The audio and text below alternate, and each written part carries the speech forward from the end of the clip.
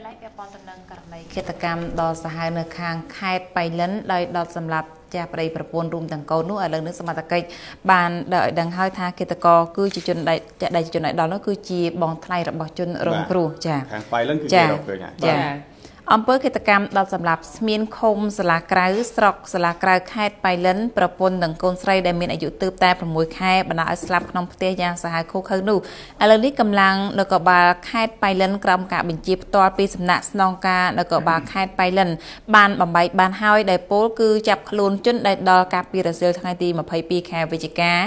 គឺជាបងថ្លៃរបស់ជនរងគ្រោះដែលប្រពន្ធរបស់ជនដែលដល់នឹងជនរងគ្រោះដែលជាចាស្មានឃុំសាលាក្រៅនោះគឺជាបងប្អូនបង្កើតនឹងគ្នាពាក់ព័ន្ធទៅនឹងអង្គើឃាតកម្មនេះលោករស្នីត្រីសូសរឹមនាយរងក្រចល័យប្រមតនកម្រិតធ្ងន់បានបញ្ជាក់ឲ្យដឹងថាជនសង្ស័យរូបនេះមានឈ្មោះឆោមចំណានអាយុ32ឆ្នាំរស់នៅក្នុងភូមិឃុំកាត់ហេតុជាមួយនឹងជនរងគ្រោះដែលជាប្អូនថ្លៃស្រីជនរងគ្រោះឈ្មោះឆោមចំណាននេះបានរៀបរាប់ឲ្យដឹងថាបានជារូបគេធ្វើគៀតលើក្រុមគ្រួសារប្អូនថ្លៃមកពីរឿងចាស់ច្រណែននិងឪពុកម្ដាយដែលមិនបានចែកទ្រព្យសម្បត្តិឲ្យស្មើគ្នាចែកឲ្យតែខាងប្អូននឹងច្រើនជាងហើយនឹងរឿងជនរងគ្រោះបានមើលងាយខ្លួនដើមដំបូងគឺយើងថាយើងចង់ខែយើងដាំឆ្នាំយើងដាំដលូណាំអីហ្នឹងខ្ញុំទៅចងការឲ្យពួកគេហ្នឹង40000បាតដើម្បីយកមកធ្វើតម្លងធ្វើអីភ្ជួរដីភ្ជួរអីទៅហ្នឹងកំណត់ថាចុងខែហ្នឹងយើងដកដលងសងគេធម្មតាដូចដើមហ្នឹងតែរយៈពេលប្រហែលជាខែ8ខែ9ហ្នឹងខ្ញុំ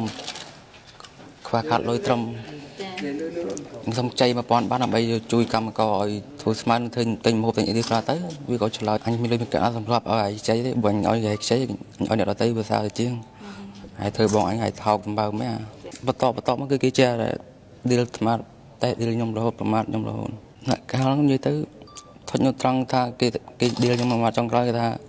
បើសិនថ្ងៃចង់ធ្វើអីធ្វើឲ្យដាច់ឲ្យផុតកុំទុកឲ្យនៅសេសសល់អស់គេបញ្ជាក់និយាយជំរាបដាក់ខ្ញុំឲ្យចាំគាត់ថានេះបែបចង់លេងយ៉ាងម៉េចចំពោះខ្ញុំគឺថាគេគិតបែបហ្នឹងថាខ្ញុំតែហ៊ានធ្វើឲ្យវាអត់ចឹងក៏មានអារម្មណ៍ពុះកញ្ចូលខឹងវាខឹងវាហ្នឹងហើយសោកស្ដាយក៏សោកស្ដាយហូបពេលវេលាគឺខ្ញុំក៏វាជ្រុលជួរទៅហើយក៏បាន